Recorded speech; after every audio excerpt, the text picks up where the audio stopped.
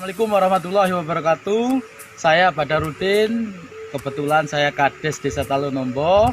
Saya sangat miris mendengar informasi dari berita maupun cetak ataupun media sosial.